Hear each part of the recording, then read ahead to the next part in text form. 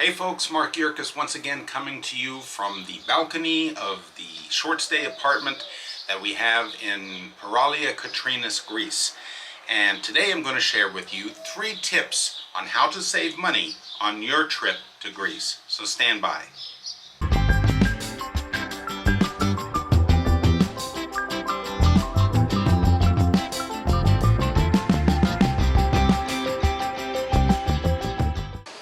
I don't know how well you can see it, but this street is pretty much empty. Here it is 9:30 in the morning.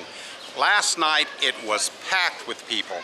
I think I might have some footage to be able to show you on that. And I think it's that way every evening when it's cooling down. Everybody takes their, what they call in Italy, their passeggiata, their evening stroll, and enjoy the sights and the friends that they have. Okay. Before we get started, I just want to remind you, if you like the video, please push like. It helps our algorithm. If you haven't done so, please subscribe. We'd love to have you as part of our audience. And you can also click the notification bell. It'll let you know when we have a new video coming out. So, with that said, let's look at 3 tips to help you save money on your travels to Greece. First of all, before we get to that, I want to just remind you that in the age of coronavirus and all the things that have happened, some of the things that used to be, understood, for example, what part of year that you should actually book the flight or how far in advance, some of those things don't apply anymore because of other circumstances in the world, the cost of fuel, etc. So you're going to have to take those things into consideration. But hopefully there will be some semblance of normalcy that comes back over a period of time. But for right now, prices on tickets are very high. So let's find other ways to save some money. The first that I want to express, just as this apartment is a rental apartment, you are going to be looking to book hotels and apartments in various locations as you travel. So there's certain places that you go to do that, which is the very best places. And for me, it is booking.com. And one of the reasons for that is that they have many apartments and hotels that have free cancellation. You may not think that you're going to change your plans, but believe me, it happens in various ways. For example, for this trip for Tess and I had to change the itinerary like 3 times and rebook. Because things just didn't work out. There was delays in getting the visa and then having to rebook the flight. So trust me, had I not had free cancellation, it would have cost me a lot of money. And if the whole thing is canceled right off the bat, especially if you don't have insurance, travel insurance, then it can cost you a great deal of money that you're not going to get back. So what I use is booking.com. They have many hotels, many accommodations that have free cancellation. And as long as it doesn't go past the date for the free cancellation, you can cancel it and it won't cost you anything. You can reschedule. And that's what I did. That's a money-saving tip that you really should heed. Not only that, but there's also Airbnb. I don't use them really particularly, but they may have the same kind of a situation. And also for long-term stays, like say a month or more, vrbo.com is especially for Europe. So give that a consideration. Check out before you just book a package deal. Check out the deals that you can get on these websites. That's the first tip. Second tip, Tess and I are following the route of the railway. We don't have to rent a car. Now, renting a car is great. If you're able to do that and you want to do that, by all means do so. Some countries are very dangerous to drive in. I don't think Greece is one of those countries. However, what I like to do, because I am on a limited budget, is I follow the public transportation.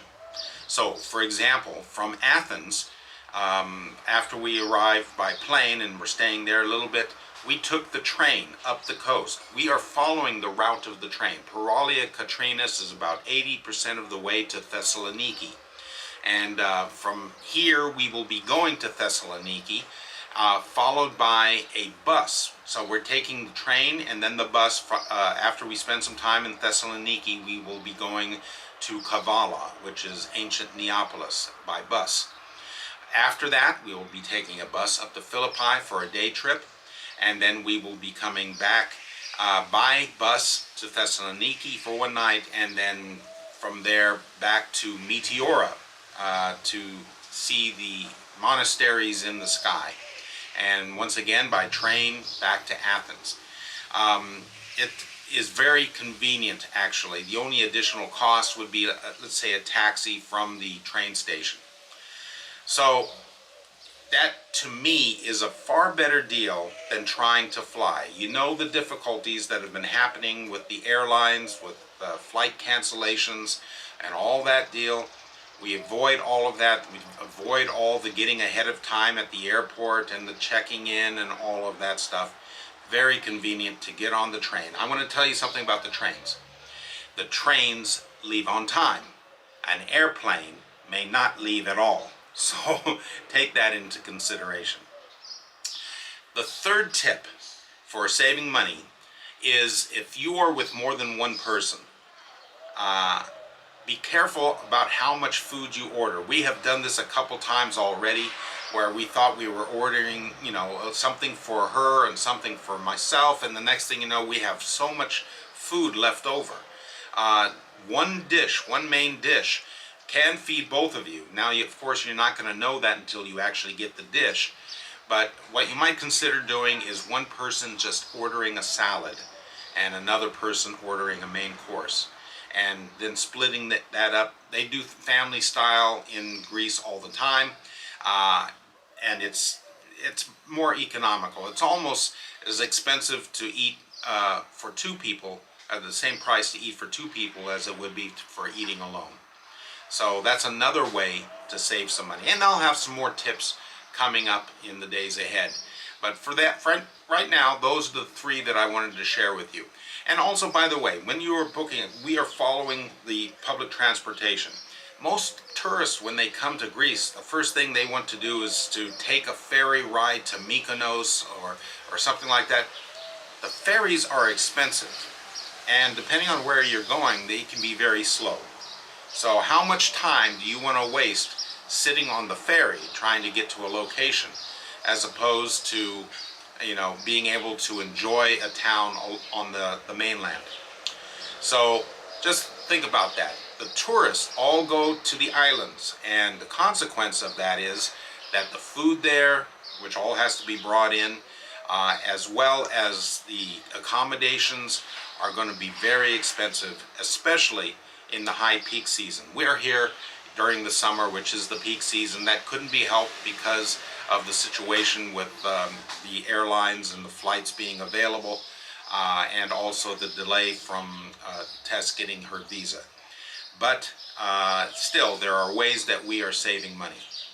All right, that's it for now. God bless, and we will talk to you again.